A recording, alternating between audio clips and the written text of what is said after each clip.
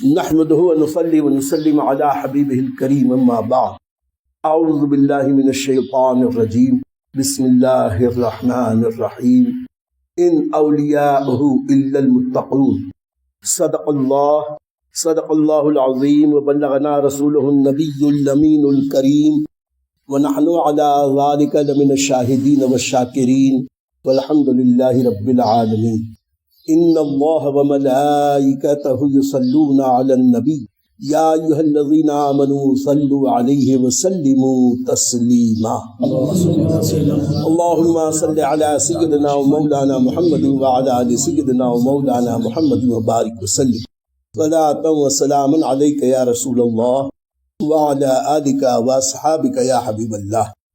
عزیزان گرامی السلام علیکم ورحمۃ اللہ وبرکاتہ. الحمدللہ ثم الحمدللہ. آج بروز جمعہ 24 اگست سن 2023 وہ مبارک و مسعود ساعت آئی ہم اور آپ اس خلدزار میں یعنی اورنگ آباد کے مضافات میں خلد آباد شریف میں حاضر ہیں.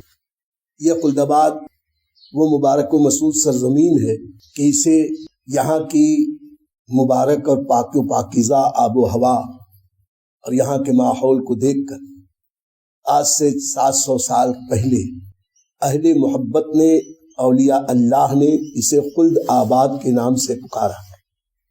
خلد آباد یعنی جنت نشان. یہاں کی آب و ہوا، یہاں کے گل و گلزار جب آج ہی اتنا خوبصورت ہے 700-800 سال پہلے کتنا خوبصورت رہا ہوگا. یہاں پر جو اولیاء اللہ آئے ان میں اولین آنے والوں میں حضرت دولہے میاں یعنی حضرت منتجب الدین زرزری زربخش علیہ رحمت و رضوان اولین اولیاء اللہ میں ہے جو اس سرزمین پہ تشریف لائے.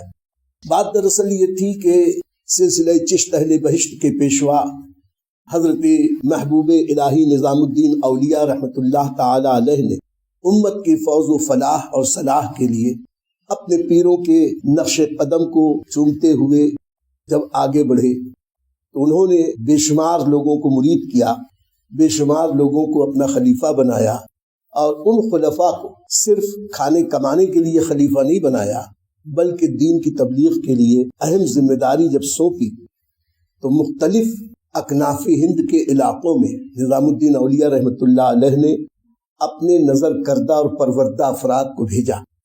انہی میں حضرت منتجب الدین زرزری زربخش علیہ رحمت و رضوان کو دکن کے اس علاقے میں بھیجا کہ دولت آباد کے قریب جاؤ اور وہاں جا کر دین حق کی ترویج و اشاعت کرو. حضرت منتجب الدین کی ولادت ہانسی شریف میں ہوئی. ہانسی آج کے ہریانہ میں، اور ان کا سلسلہ نسب ہمارے امام اعظم ابو حنیفہ نعمان بن ثابت رضی اللہ تعالیٰ عنہ سے ملتا ہے. عین جوانی کے عالم میں تبلیغ کے لیے اس علاقے میں جب حضرت نظام الدین اولیاء رحمت اللہ تعالی علیہ نے بھیجا اور یہاں انہوں نے دین متین کی، کتاب و سنت کی وہ عظیم خدمت کی کہ اسلام کی باتیں بہاری چلنے لگی اور ان کے پیچھے پیچھے بہت سارے اولیاء اللہ یہاں پر تشریف لائے. چونکہ اس زمانے میں دلی، لاہور اور ہانسی وغیرہ وہی مسلمانوں کا مرکز تھا. علماء، صوفیاء، اہل علم، اہل صلاح و فلاح وہیں زیادہ تھے. وہیں سے یہ لوگ جب آئے تو اس کوردہ علاقے میں اسلام کی تبلیغ و اشاعت فرمائی اور ان کے ساتھ ساتھ کچھ ان کے خدام، کچھ ان کے ساتھی، کچھ ان کے مریدین آئے، کچھ بعد میں ان کے اور دیگر رشتہ دار بھی آئے. اللہ کی شان کے غیر شادی شدہ تھے، عین جوانی میں اللہ کی رحمت کو پہنچے اور ان کا وصال ہوا.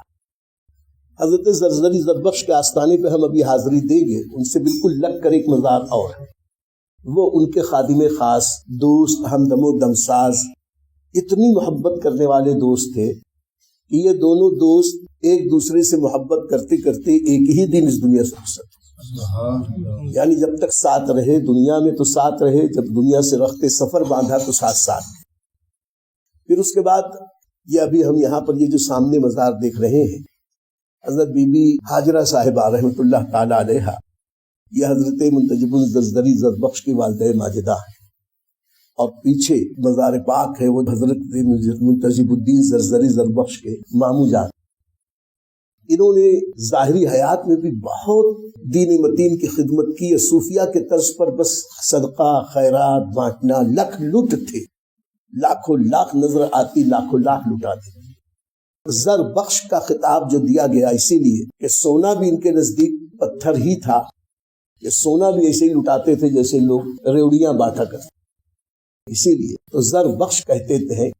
اور بہت ساری ان کی کرامتیں ہیں.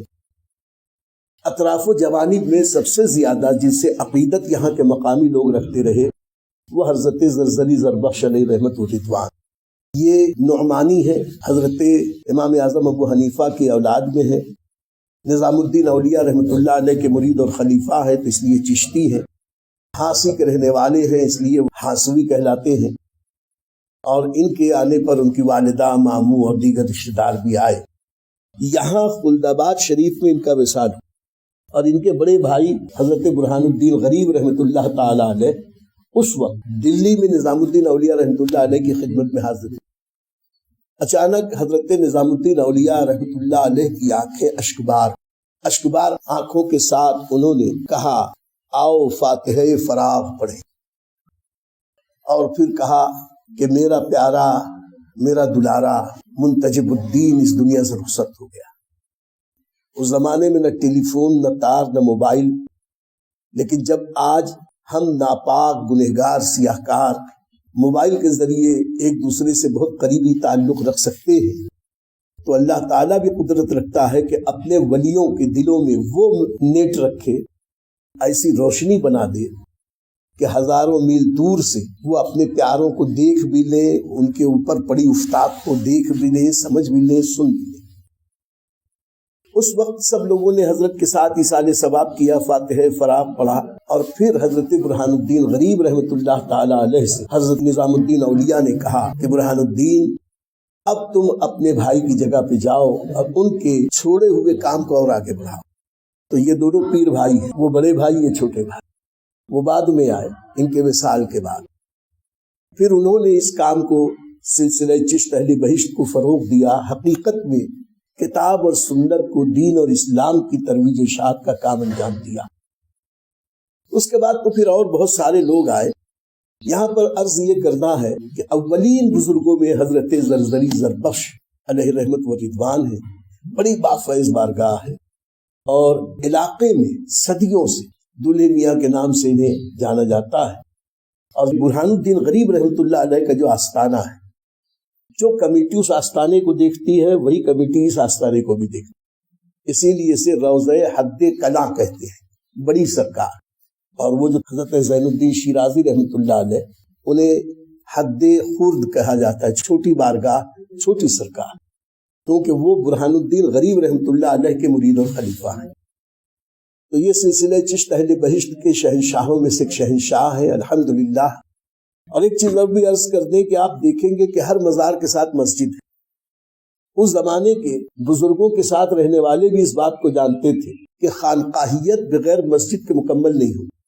اسی لیے بزرگوں کی مزار اور خانقاہ سے لگ کر مسجد کا انتظام کیا گیا. اور ہمیں بھی چاہیے کہ ہم اگر بزرگوں سے سچی محبت کرتے ہیں تو نمازوں کی پابندی ضرور کریں. اگر ہم مزار پہ جائیں تو صرف فاتحہ پڑھ کے نہ آئیں، بلکہ اللہ کے گھر مسجد میں بھی بیٹھ کر تھوڑی دیر اللہ کا، اللہ والوں کا ذکر خیر کریں. ظاہر سی بات ہے کہ مسجد کی دیواریں، یہاں کی فرش، فروش، چھت، یہ گواہی دے گی قیامت کے دن کہ وہاں گاؤں سے چل کے کچھ اہل محبت آئے تھے، یہاں بیٹھ کر کچھ اللہ کا، اللہ والوں کا ذکر خیر کیا تھا. اور یہ گواہی اگر اللہ قبول کر لے تو یہی ہماری نجات کے لیے کارآمد ہوگی. اللہ تعالی ہم سب کو سچا، پکا، صحیح العقیدہ سنی مسلمان بنائے اور اپنے اولیاء کے نقش قدم پر چلائے. آگے بڑھنے سے پہلے ایک بات اور عرض کر دیں کہ حضرت زرزری زربخش علیہ الرحمہ کے 2 استاذ، اور اتفاق سے دونوں استاذ کا نام کبیر الدین. وہ بڑے استاذ اول بھی کبیر الدین، استاذ دوم بھی کبیر الدین. ابھی جب ہم یہاں سے آستانے سے نکلیں گے، نکار کی طرف جائیں گے، تو راستے میں ان کے استاذ اول حضرت کبیر الدین علیہ الرحمہ کا آستانِ پاک ملے گا. انہیں بھی سلام کر کے ہم فاتحہ شریف نظر کریں گے. اور جو استاذ دوم ہے، جو باہر نکلنے کے بعد کمان کے باہر ہم نکلیں گے تو بائیں طرف وہاں پر حضرت کے دوسرے استاذ ہیں. یہ ایک الگ بات ہے کہ استاد سے زیادہ شاگرد کو اللہ تعالیٰ نے مقبولیت اور عظمت عطا فرمائی، لیکن بہر کیف یہ اپنے استاذ کی عزت کرتے تھے۔ ہمارا بھی فرض ہے کہ ہم بھی کوشش کریں کہ ہم ان کی بھی بارگاہ میں سلام پیش کریں۔ السلام علیکم ورحمۃ اللہ وبرکاتہ۔